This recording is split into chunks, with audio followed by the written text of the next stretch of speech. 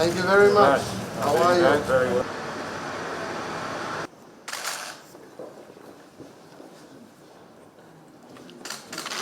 Oh, thank you very much.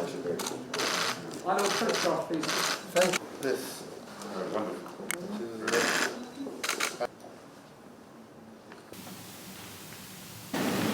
But despite the challenges of the pandemic, Kenya and the United Kingdom have weathered the storm to push our cooperation agenda forward.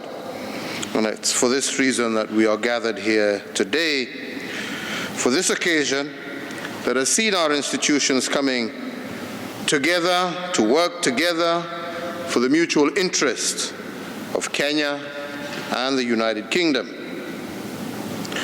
Ladies and gentlemen, Kenya remains one of the most attractive investment destinations on the African continent, and indeed is one of the fastest growing economies on the continent. Our economy in Kenya is projected to rebound strongly. Kenya continues to pursue initiatives aimed at lowering the cost of doing business, and significant investment has been made to improve the quality of our infrastructure, and with our infrastructure now currently ranked amongst the best in sub-Saharan Africa. In addition, we have taken steps to rationalize and, in consequence, lower regulatory requirements while increasing transparency.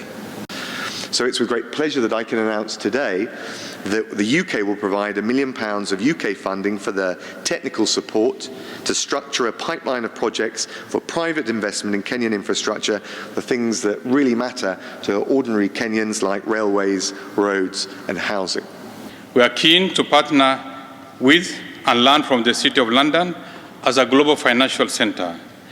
Kenya remains proud of its strong innovation culture, especially in the ICT, from giving the world the first mobile money transfer platform, as we refer to as M-Pesa, as well as being leader in the other innovations in fintech, thereby continuing to attract global ICT giants.